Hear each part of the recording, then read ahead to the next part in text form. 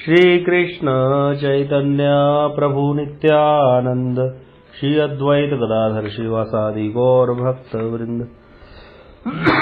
हरे कृष्ण कृष्ण कृष्ण हरे हरे, हरे राम राम राम हरे हरे। हरे कृष्णा हरि बोल।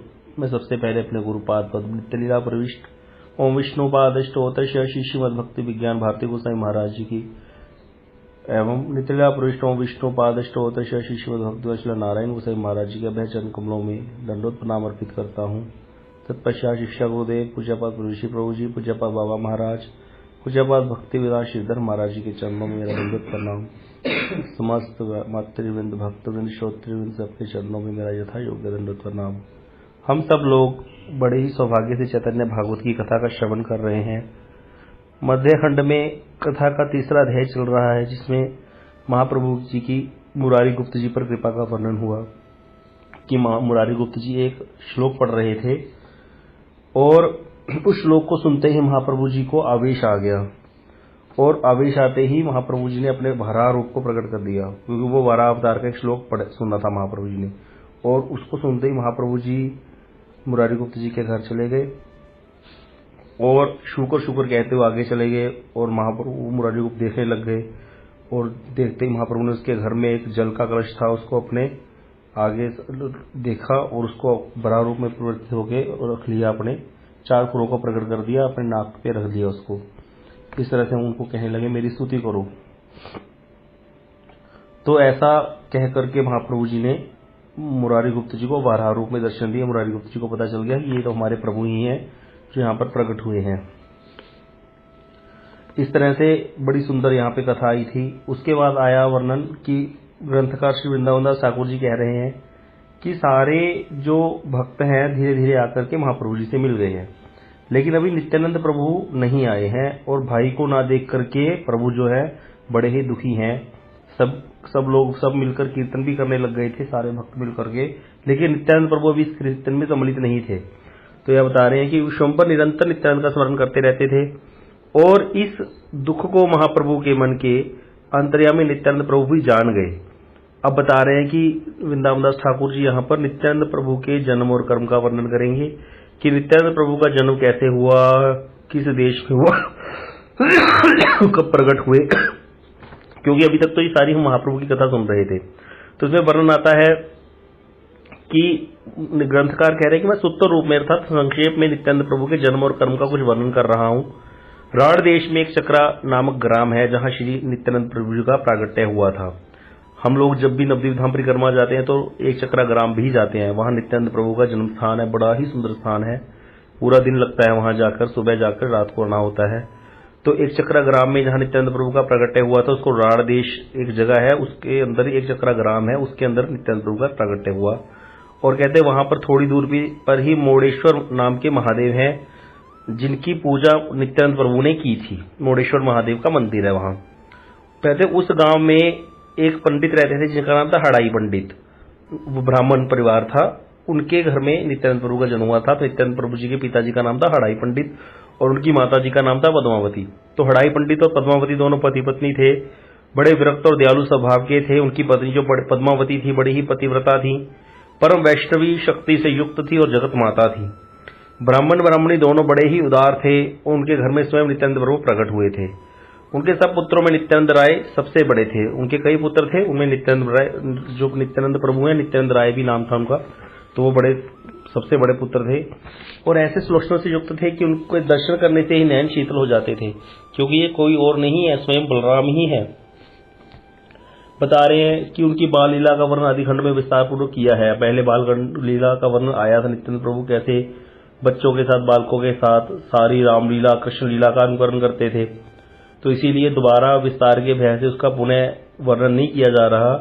बता रहे हैं कि इस प्रकार कुछ दिन नित्यानंद प्रभु जो है हड़ाई पंडित के घर में लीला करते रहे और फिर प्रभु ने घर छोड़ने का विचार किया, परंतु माता पिता दुखी होंगे यह सोचकर वे तुरंत घर को छोड़ नहीं सके। एक पल भी नित्यानंद को न देखने पर उनकी माता को एक युग के समान अनुभव होता था और पिता को तो उससे भी अधिक प्रतीत होता था। मतलब माता का प्रेम जितना था पिता का उससे भी अधिक प्रेम था, इसलिए थोड़ा सा भी विरह सहन नहीं कर पाते थे नित्यानंद प्रभु का।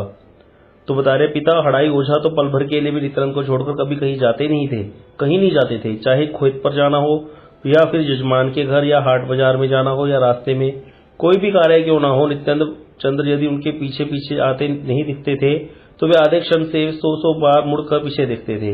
मतलब बता रहे हैं कि इतना नित्यानंद प्रभु को प्रेम करते थे उनके माता पिता। पिताजी कहीं भी जाते थे तो देखते थे क्या पीछे निताई आ रहा है, अगर निताई नहीं आ रहा तो पीछे मुड़ मुड़ के देखते रहते थे। ऐसे ऐसे माता पिता को कैसे छोड़ के जाओ बताओ। वो उन्हें पकड़ बार बार आलिंगन करते रहते थे, मानो नित्यानंद चंद्र मक्खन की पुत्री हो और जिसे वे अपने शरीर में ही मिला लेते हों। कितना सुंदर वर्णन है कि जैसे कोई मक्खन की पुतली को मिला लेता, अर्थात इतने ज्यादा सॉफ्ट है नित्यानंद प्रभु, इतने ज्यादा सौम्य है और बार बार उनको पिताजी हैं बार बार आलिंगन करते हैं, इतना प्रेम करते हैं। इस प्रकार पुत्र को लेकर ही तुरंत आते जाते थे। तात्पर्य यह है कि नित्यानंद हड़ाई पंडित के शरीर के प्राण ही बन गए। जैसे शरीर क्या है, प्राणों के साथ चल रहे हैं, प्राण नहीं है तो शरीर भी नहीं है, खत्म हो जाएगा। इसी प्रकार नित्यानंद प्रभु के प्रति हड़ाई पंडित का प्रेम था और अंतर्यामी नित्यानंद प्रभु यह सब जानते थे। अतः पिता को सुख पहुंचाना जो पुत्र का धर्म है उसे पालन करते हुए सदा ही पिताजी के साथ ही रहते थे। मतलब नित्यानंद प्रभु इस बात को जानते थे कि मेरे पिताजी मुझे कितना प्रेम करते हैं, इसीलिए कभी उनको कष्ट नहीं देते थे।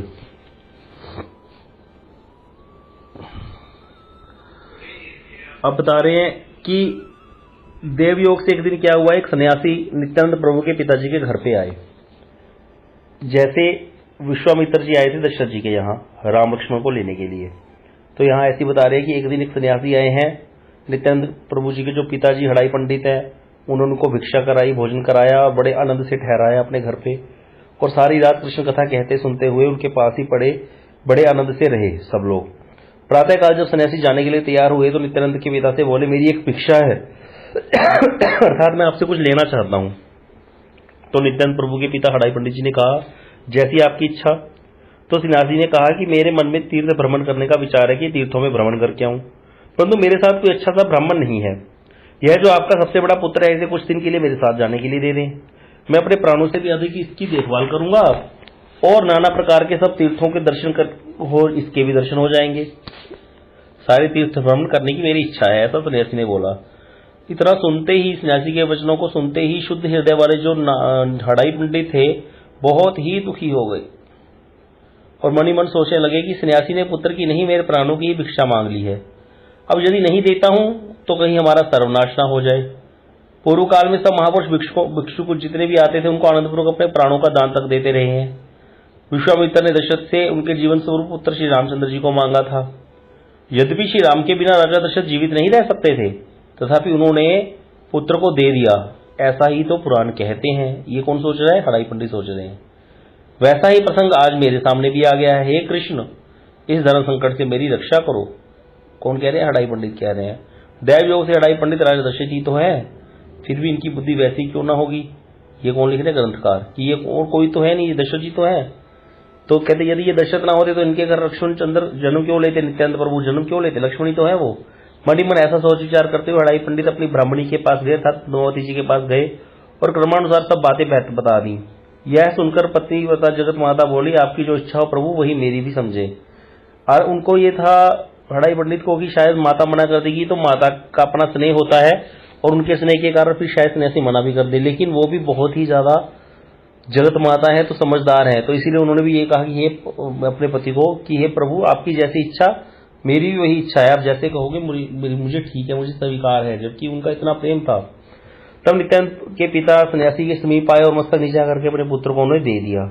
इसके बाद सन्यासी प्रभु नित्यानंद प्रभु को साथ लेकर चले गए और इस प्रकार से नित्यानंद प्रभु जी ने घर का त्याग कर दिया था। ये कुछ 5-12 साल की उम्र में शायद वर्णन आता है कि हुआ था ऐसे। अब नित्यानंद के चले जाते ही हड़ाई पंडित मूर्छित होकर भूमि पर गिर पड़े और पुत्र के लिए ऐसा विलाप और क्रंदन कौन कर सकता है जिसे सुनकर काष्ठ और पाषाण भी विदीर्ण हो जाए, मतलब लकड़ी भी पिघल गई, पत्थर भी पिघल गए, ऐसा उन्होंने विलाप किया। भक्ति रस में विवल होकर जड़ सरीखे हो गए, बिल्कुल जड़ हो गए, जड़वत हो गए। लोग कहने लगे कि हड़ाई ओझा तो पागल हो गया है। 3 महीनों से उन्होंने अन्न ग्रहण नहीं किया, केवल चैतन्य के प्रभाव से ही वे जीवित रहे। बता रहे हैं कोई कुछ खाया नहीं, सिर्फ ठाकुर जी की कृपा से ही वो जीवित रहे। भला जिसका ऐसा अनुराग था उसको प्रभु ने क्यों छोड़ दिया। विष्णु और वैष्णव का यह प्रभाव अचिंत्य है। यहाँ बता रहे हैं कि ऐसे इस तरह प्रेम करने वाले ऐसे भक्त को नित्यानंद प्रभु ने छोड़ दिया। क्यों छोड़ दिया, कहते ऐसा विष्णु और वैष्णव का ऐसा ही प्रभाव है। ये अचिंत्य, इसको कोई चिंता नहीं कर सकता, इसको कोई सोच नहीं सकता, इसको कोई व्याख्या नहीं कर सकता इसकी। वैष्णव ऐसे ही होते हैं, एक इतना प्रेम करेंगे और एकदम से विरक्त होकर के चले जाएंगे, ऐसे कुछ कोई अटैचमेंट ही नहीं है। यही वैष्णव का स्वभाव होता है, ऐसा ही प्रभाव होता है उनका।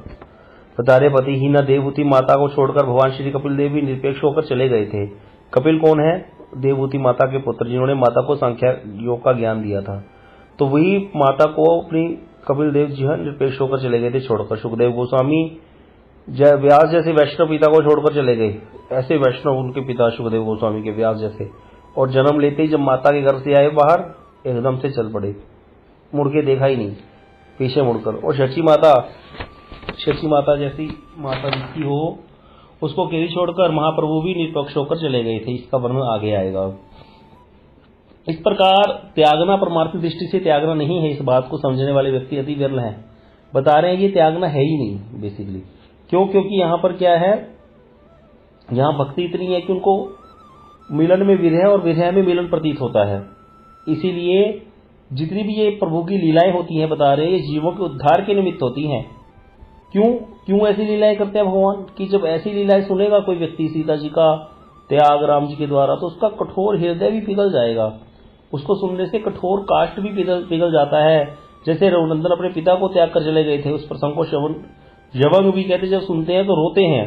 तो जब वो रोते हैं, उनका रोना संसार के लिए ना होकर के प्रभु के लिए हो गया, भगवान की कथा कीर्तन को सुनकर के रोना हो गया, चाहे जैसा भी हो। तो ऐसा रोने से उनका धीरे धीरे सुकृति बन जाती है और वो लोग भी भक्ति के अधिकारी हो जाते हैं। तो इसीलिए बोल रहे, जितनी भी भगवान की इस प्रकार की लीलाएं होती हैं, उसके लिए भगवान अपने ही जनों को चुनते हैं, उनका त्याग करते हैं। पहले उतना प्रेम दिखाएंगे, फिर त्याग करेंगे, जिसको सुन करके बद्ध जीवों का हृदय पिघल जाता है।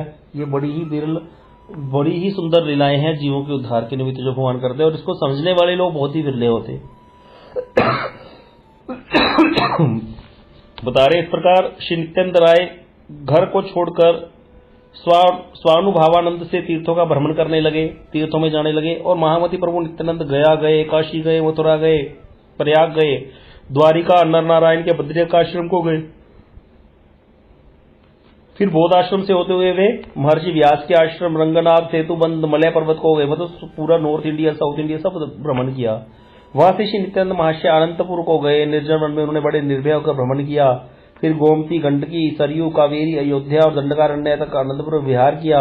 वहां से तिरुमल, वेंकटनाथ, सप्तगोदावरी, महेश के स्थान और कन्याकुमारी को गए। फिर रेवा, महिष्मती, मल्ल तीर्थ और हरिद्वार को गए, जहां पूर्व काल में गंगा का अवतार हुआ। इस प्रकार श्री नित्यानंद राय ने जितने भी तीर्थ हैं उन सबके दर्शन किए। फिर वे दूसरी बार मथुरा में आ गए। मतलब एक बार मथुरा जाके चले गए थे, दोबारा फिर मथुरा में आकर के बस गए। इसी बीच किसी ने भी नित्यानंद प्रभु को नहीं पहचाना। नित्यानंद प्रभु अपने अलग रूप में है, अलग भाव में है, इसीलिए कोई उनको पहचान ही नहीं पाता था। प्रभु अपने पूर्व जन्म स्थान को देखकर हुंकार करने लगे। जब गोकुल पहुंचे हैं तो वहां जाकर हुंकार करने लगे। निरंतर बाल्य भाव में अविष्ट रहते वहां पर, जैसे बलराम लीलाएं करते थे। और इसके अतिरिक्त उनको कुछ भी स्फूर्ति नहीं होता था। अपनी सारी लीलाएं, कृष्ण लीला के समय बलराम जी की जो लीलाएं थी, वैसी लीलाओं का अनुकरण करते नित्यानंद प्रभु। वृंदावन की धूल में खेलते रहते, आहार के लिए भी कहीं कोई चेष्टा न करके बस बाल्य भाव से वृंदावन की रज में लोटपोट होते रहते। अब किसी को क्या पता, भी आज भी कोई वृंदावन में यमुना जी के किनारे रज में लोटपोट हो रहा हो तो हमें क्या मतलब, हमें क्या पता कौन है वो। इसी प्रकार नित्यानंद प्रभु के बारे में किसी को कुछ पता नहीं था। बाल्य भाव से वृंदावन की रज में लोटपोट होते रहते और उनके उदार चरित्र को कोई भी समझ नहीं पाता था। वे एक कृष्ण रस के अतिरिक्त और कुछ भी भोजन नहीं करते थे। बोलते हैं क्या भोजन करते थे? बोले कोई भोजन नहीं करते थे, कृष्ण रस का ही आनंद लेते थे, उसी का पान करते थे। और कभी कभी किसी दिन दूध पी लेते, परंतु यदि वह भी कोई बिना मांगे दे जाए तो नहीं पीते थे। इस प्रकार श्री नित्यानंद प्रभु वृंदावन में निवास कर रहे थे और उधर नवद्वीप में श्री गौरचंद्र का प्रकाश हो रहा था। मतलब महाप्रभु ने अपने आप को धीरे धीरे प्रकाशित करना शुरू कर दिया, भक्तों के घर कीर्तन करना शुरू कर दिया और नित्यानंद प्रभु को याद कर रहे हैं। और इधर नित्यानंद प्रभु वृंदावन में निवास कर रहे हैं। प्रभु गौरचंद्र निरंतर इस कीर्तन के परम आनंद में निमग्न रहते थे, फिर भी नित्यानंद को ना देखकर बड़े दुखी थे। महाप्रभु हर समय कीर्तन के आनंद में तो विवल रहते थे, लेकिन नित्यानंद प्रभु को ना देख करके बड़े ही दुखी हो जाते थे।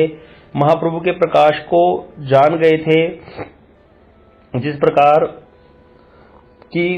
प्रकाश की प्रतीक्षा में वृंदावन में वास कर रहे थे। अब बता रहे नित्यानंद प्रभु जो हैं वो महाप्रभु के बारे में जान गए थे कि महाप्रभु का जो अवतार है, अभी कृष्ण का अवतार कहाँ हो गया, वृंदावन में कृष्ण नहीं मिलेंगे, वो तो नवद्वीप में मिलेंगे। इसी वर्णन आता है कि आकाशवाणी हुई थी कि हे नित्यानंद, हे बलदेव, तुम्हारा कन्हैया अभी क्या हो गया है, नदिया में कृष्ण चैतन्य के रूप में उसने जन्म ग्रहण किया, निमाई पंडित के रूप में, तो वहीं जाकर आप उनसे मिलन करो, अभी तुम्हें कृष्ण रूप में उनके दर्शन नहीं होंगे।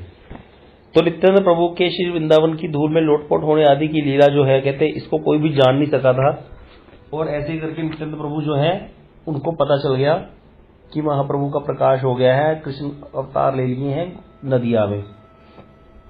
तो इसको सुनकर के नित्यानंद प्रभु तुरंत ही नवद्वीप में आ गए और नंदनाचार्य जी के घर में आकर रुक गए। ये नंदनाचार्य जी का घर जो है इसको हिडन प्लेस भी बोलते हैं, जहां पर सारे भक्त आकर के छुपते थे। बता रहे हैं कि महाभागवत उत्तम नंदनाचार्य ने नित्यानंद प्रभु के सूर्य के समान महातेजपुंज स्वरूप के दर्शन किए। जब नित्यानंद प्रभु नंदनाचार्य जी के घर में आए, नंदनाचार्य जी भी साधारण नहीं है, महाभागवत है, जब उन्होंने उनके इतने सुंदर स्वरूप के दर्शन किए, उनका बड़ा अद्भुत सा वेश, बड़ा सुंदर, कोई कपड़ा नहीं है शरीर पर, प्रकांड शरीर और निरंतर गंभीरता, और बड़े धीर हैं, हर समय धीर रहते हैं, गंभीर हैं बहुत, क्योंकि नित्यानंद प्रभु के अंदर सारा दिन सारे प्रेम के जितने विकार हैं सात्विक भाव में वो हर समय प्रकट रहते थे।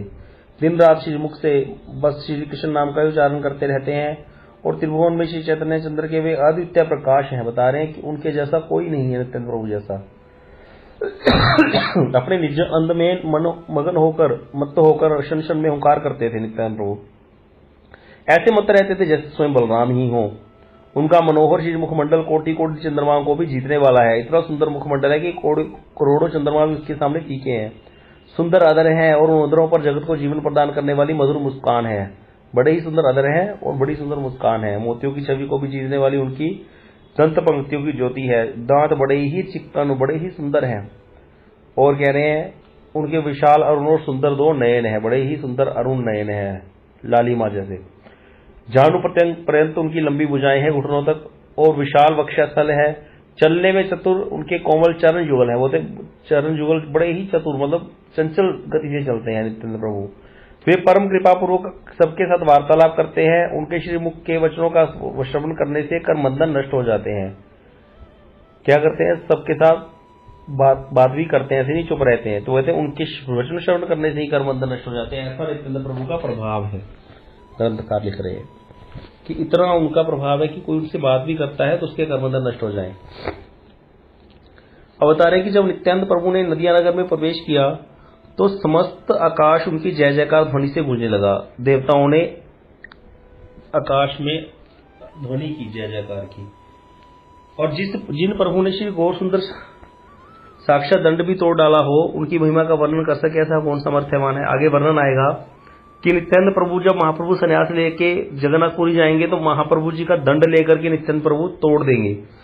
क्योंकि नित्यानंद प्रभु हम ये यहाँ पे इसको दंड भागा नदी है वहां आज भी जगन्नाथपुरी में, वहां पे महाप्रभु का दंड तोड़ दिया था नित्यानंद प्रभु ने। तो वहां से नाराज होकर के महाप्रभु आगे चले गए थे।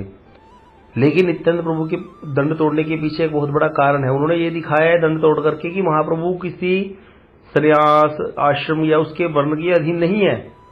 वो उनको कोई दंड धारण करने की जरूरत नहीं, क्योंकि वह प्रभु है सबके। भगवान ने गीता में बोला है हम ही सर्व यज्ञानां भोक्ता च प्रभु रेव च, कि मैं ही सब यज्ञों का भोक्ता हूं। तो इस चीज को दिखाने के लिए नित्यानंद प्रभु ने, प्रूफ करने के लिए नित्यानंद प्रभु ने महाप्रभु का दंड तोड़ दिया था। बोले ऐसे जो उनका महाप्रभु का दंड जिन्होंने तोड़ डाला उनकी महिमा का वर्णन कर सकता है ऐसा समर्थ्यमान है कोई? क्योंकि महाप्रभु नित्यानंद प्रभु से ऐसे थोड़ी होती है दोबारा बोले ही नहीं, या कुछ थोड़ी देर के लिए नाराज हुए थे बस। और किसी की क्या ताकत है कि महाप्रभु के दंड को तोड़ दे?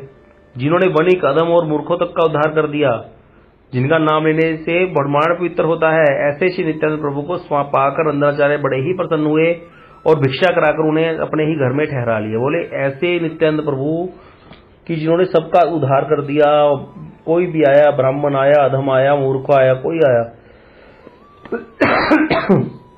जिनका नाम लेने मात्र से ब्रह्मांड पवित्र हो जाता है, ऐसे नित्यानंद प्रभु ने क्या किया, उनको नंदनाचार्य जी ने अपने घर में भिक्षा कराई, अपने घर में ठहरा लिया। नवद्वीप में श्री नित्यानंद प्रभु के आगमन की इस कथा को जो सुनेगा उसे अवश्य प्रेम धन प्राप्त होगा। बड़ी ही सुंदर फलश्रुति बता रहे हैं ग्रंथकार कि नित्यानंद प्रभु कैसे आए हैं नवद्वीप में। इसको जो कोई सुनेगा, किसी को सुनाएगा श्रद्धावान व्यक्ति को, तो उसको अवश्य ही कृष्ण प्रेम मिलेगा, ऐसा आशीर्वाद ग्रंथकार दे रहे हैं। बता रहे श्री नित्यानंद प्रभु का आगमन जानकर विश्वम्भर प्रभु मन ही मन बड़े प्रसन्न हुए। यद्यपि प्रभु पहले ही सब वैष्णव के समक्ष नित्यानंद प्रभु के आने की बात किसी से बहाने से प्रकट कर चुके थे, परंतु कोई भी उनके अभिप्राय को नहीं समझ सका था। प्रभु ने कहा था कि अरे भाइयों, 2-3 दिन के भीतर ही कोई एक महापुरुष यहाँ आने वाले हैं। दैव योग से उस दिन श्री विष्णु पूजन करके श्री गौरचंद्र शीघ्र ही वैष्णव से आ मिले थे। बता रहे हैं कि महाप्रभु जो है उनको पता चल गया है कि नित्यानंद प्रभु आ गए हैं। पहले भी एक बार प्रभु ने नित्यानंद प्रभु के आने की बात किसी बहाने से प्रकट कर दी थी, लेकिन उनके अभिप्राय को कोई जान नहीं सका था। प्रभु ने कहा था कि कोई महापुरुष आएंगे यहाँ पर और वही क्या करेंगे, हमें आगे लेकर के जाएंगे, कीर्तन में सहयोग देंगे। और महाप्रभु उस दिन विष्णु पूजन करके वैष्णव से आ मिले थे। तब नित्यानंद प्रभु जो है छुपे हुए हैं अब कहां पर, शंकराचार्य जी के घर में, और महाप्रभु जो है वो वैष्णव से आकर के सबके साथ मिल गए हैं, बात कर रहे हैं। अब क्या होगा, अब बता रहे हैं कि महाप्रभु के अभी एक स्वप्न की बात बताएंगे सबको। सब जब सामने आए भक्त, महाप्रभु कहने लगे कि आज मैंने एक स्वप्न देखा भाइयों। बोले मैंने देखा कि एक रथ है। रथ क्या है, संसार का सार ही है, और उस रथ की ताल की ध्वजा है। नित्यानंद प्रभु ताल की ध्वजा के रथ पे चलते हैं। ताल एक बड़ा सुंदर पेड़ होता है ताड़ का। बोले वो रथ मेरे घर के द्वार पर आकर ठहरा, और उस रथ में मैंने क्या देखा, ये स्वप्न सुना रहे हैं महाप्रभु जी कि बड़ा सुंदर रथ है, संसार का सार ही है, ताल की ध्वजा है, और उसमें एक विशालकाय पुरुष है जिसके कंधों पर हल मूसल है, और जिनकी चाल बड़ी स्थिर नहीं है, चंचल है जिनके चरण, और उनके बाएं हाथ में बेत्र से बंधा हुआ एक मंडल है, और नीले वस्त्र पहने हुए, सिर पर भी उन्होंने नीला वस्त्र धारण कर रखा है। उनके बाएं कान में एक विचित्र कुंडल है, चरित्र से वे हलदर जैसे प्रतीत होते हैं। अब महाप्रभु नित्यानंद प्रभु का पूरा वर्णन कर रहे हैं कि मैंने स्वप्न में देखा। जैसा महाप्रभु वर्णन कर रहे हैं ऐसा ही स्वरूप बलदेव प्रभु का है कि ताल की ध्वजा वाला रथ है, मेरे घर के आगे ठहरा, एक विशालकाय पुरुष है, और उसके कंधे पर हलमूसल है। हलमूसल बलदेव प्रभु धारण करते हैं। नीले वस्त्र पहने हुए वही बलदेव प्रभु का वस्त्र है, और उन्होंने नीला वस्त्र बांध भी रखा है सर पे, और बाएं कान में एक कुंडल है। ये वर्णन आया था नित्यानंद प्रभु के, जो महाप्रभु दर्शन कर रहे हैं, और हलदर जैसे लगते हैं, बलदेव प्रभु जैसे लगते हैं। और कहते हैं उन्होंने आते ही पूछा, महाप्रभु बता रहे हैं, बड़ी सुंदर बात है यहाँ पर, एई बाड़ी निमाई पंडितेर हय हय 10 बार 20 बार यही कथा कहे। बोल रहे हैं अरे भाई यह घर निमाई पंडित का है ना, बस इसी बात को एक को वे 10-20 बार कहते हैं नित्यानंद प्रभु। जब नित्यानंद प्रभु का रथ आकर के महाप्रभु के घर के आगे रुका, 10-20 बार एक ही बात कहते हैं कि यह घर निमाई पंडित का है ना, हिंदी में। और ऐसा उदंड बोते महाअवधूत का सा वेश है, उदंड पुरुष तो मैंने कभी नहीं देखा ऐसा। और महाप्रभु कह रहे हैं कि ऐसा मैंने स्वप्न में देखा कि वो पूछ रहे हैं निमाई पंडित का यह घर है, और महाप्रभु कह रहे हैं कि मैंने ऐसा बड़ा सुंदर अवधूत का सा वेश, परम प्रचंड वेश कभी नहीं देखा। और उन्हें देखकर मुझे बड़ा संभ्रम हुआ, अर्थात मुझे बड़ी ऐश्वर्य हुआ मेरे अंदर। और मैंने पूछा कि आप कौन महापुरुष हैं। महाप्रभु बता रहे अपने स्वप्न की बात सब भक्तों को। तो वे हंसकर बोले, महाप्रभु कह रहे हैं मैंने उन व्यक्ति से पूछा जो ताल की ध्वजा वाले रथ में आए थे कि आप कौन महापुरुष हैं। तो वो मुझे बोले कि मैं आपका भाई हूं, मेरा और आपका परिचय कल होगा। उनके वचनों को सुनकर मुझे बड़ा आनंद हुआ और मैं भी अपने को वैसे ही समझने लगा। महाप्रभु कह रहे हैं कि उन्होंने मुझे कहा कि कल तुम्हारा मिलन होगा, हमारा और तुम्हारा, मैं तुम्हारा भाई हूं, मैं आपको अपना परिचय अच्छी से दूंगा। कौन बोल रहे हैं? नित्यानंद प्रभु बोल रहे हैं स्वप्न में। तो महाप्रभु कहते हैं मुझे बड़ा आनंद हुआ। अब कहते ऐसा कहते कहते प्रभु की बाह्य दशा लुप्त होगी और वे हलदर के भाव से आविष्ट होकर बहुत गर्जना करने लगे। महाप्रभु क्या हुए? हलदर आवेश में हो गए। अब बहुत गर्जना करने लगे, मद लाओ बोल रहे, मद लेके आओ कह कहकर प्रभु को गारने लगे। और उनके सुंकार को सुनकर ऐसा प्रतीत होता कि दोनों कान फट जाएंगे, इतना तेज जो बोल रहे हैं महाप्रभु। तब श्रीवास पंडित बोले, हे गोसाई सुनिए, यदि मदिरा को आप चाहते हैं वह तो आपके पास ही, आप ही के पास है। आप उस मदिरा को जिसे दे देते हैं वही उसे पाता है। वैष्णवगण कांपते हुए दूर खड़े खड़े देख रहे थे। वे लोग मनी मन सोच रहे थे कि इसमें अवश्य कुछ कारण है। क्यों? अभी यहां पर क्या हुआ? महाप्रभु कह रहे हैं बलदेव प्रभु के आवेश में आकर के मद लाओ। महाप्रभु जो बलदेव प्रभु हैं, इन्होंने वृंदावन में 2 महीने रास की थी। कृष्ण के जाने के बाद द्वारिका से आए थे बलदेव प्रभु और अपने यूथ की गोपियों के साथ रास किया था, विहार किया था। अब यहां पर ये भी बता रहे हैं कि उस समय जो बलदेव प्रभु हैं उन्होंने वारुणी मदिरा का पान किया था। ये बड़ी विशेष प्रकार की मदिरा होती है। अब महाप्रभु जब कह रहे हैं मदलाओ मदलाओ बलदेव जी के आवेश में, तो इतने आवेश में कहा कि कान जैसे फट जाएंगे। और इस बात को सुनकर श्रीवास पंडित बोले हैं कि जिस मदिरा को आप चाहते हैं वह तो आपके पास है, अर्थात हमारे पास तो है ही नहीं वो मदिरा, और आप जिसको देते हैं वही उसे पाता है। और सारे वैष्णव डर गए, कांपते हुए दूर खड़े देख रहे हैं कि ये क्या हो गया। मणिमन सोच रहे हैं इसमें अवश्य कुछ कारण है जो महाप्रभु इस प्रकार से कर रहे हैं। प्रभु अरुण नेत्रों से आर्या और तर्जा पड़ते हुए बलराम की भांति हंसकर अपने अंगों को हिलाने लगे। अब प्रभु क्या कर रहे हैं, नित्यानंद प्रभु नहीं, महाप्रभु बलदेव जी के आवेश में अब अपने अंगों को हिला रहे हैं। कुछ समय पश्चात प्रभु अपनी स्वाभाविक दशा में आ गए और वे बलराम मित्र महाप्रभु सबके सामने स्वप्न का अर्थ समझाने लगे। अब बता रहे, पहले तो महाप्रभु स्वप्न सुनाते सुनाते आवेश में आ गए थे कि मदिरा लाओ, और इधर महाप्रभु जब आवेश कुछ कम हुआ तब महाप्रभु ने क्या किया, अपनी स्वाभाविक दशा में आ गए और महाप्रभु अपने स्वप्नकार समझाने लगे। बोल रहे हैं कि मेरे चित्त में तो यह बात आती है कि यहाँ कोई एक महापुरुष आया हुआ है नदिया में। पहले भी मैं तुम लोगों से कह चुका हूं कि किसी महापुरुष के दर्शन होने वाले हैं। महाप्रभु डायरेक्ट नहीं बता रहे, दूसरे तरीके से बता रहे। देखिए लीला कर रहे हैं प्रभु, तो बता रहे। फिर महाप्रभु ने एक तरह से हिंट दे दिया सबको कि नित्यानंद प्रभु यहाँ आ गए हैं, कोई महापुरुष आ गए हैं और मैं उनसे मिलना चाहता हूं, ऐसा महाप्रभु ने सबको बोला। अब हरिदास पंडित और श्रीवास पंडित को महाप्रभु कहते हैं, हे हरिदास और श्रीवास पंडित, जाओ जाकर पता लगाओ कि कौन कहाँ आया है, कि हमारी नदिया में कोई नया व्यक्ति आया है। प्रभु के आदेश से वे दोनों महाभागवत बड़े ही प्रसन्न होकर कौन, श्री हरिदास जी और श्रीवास जी क्या हुए, नवद्वीप में ढूंढने लगे। सारे ढूंढते ढूंढते वे आपस में कहने लगे कि ऐसा मालूम होता है कि संकर्षण प्रभु ही आए हैं। कौन बोल रहा है, श्रीवास जी बोल रहे हैं, हरिदास ठाकुर जी बोल रहे हैं। उनको पता है कि जहां राम है वहां लक्ष्मण आएंगे ही, और जहां कृष्ण है वहां बलदेव भी आएंगे, तो जहां महाप्रभु है वहां संकर्षण क्यों नहीं आए अभी तक नित्यानंद प्रभु। अब वे दोनों आनंद में विह्वल होकर सर्वत्र खोजते फिरे, सब जगह ढूंढ रहे हैं श्रीवास जी और हरिदास जी, परंतु आधा तिल मात्र भी कहीं आता पता चला ही नहीं नित्यानंद प्रभु का। 3 दिन हो गए, 3 प्रहर तक समस्त नदिया में खोजने पर जब वे महापुरुष को कहीं नहीं मिले तो दोनों लौटकर प्रभु के पास आ गए। कौन, हरिदास जी और श्रीवास जी। प्रभु के चरणों में निवेदन किया कि हमें आपके बताए हुए लक्षणों वाले किसी भी महापुरुष के दर्शन नहीं हुए। क्या वैष्णव, क्या सन्यासी, क्या गृहस्थ और क्या पखंडी, सबके घर हमने देख डाले।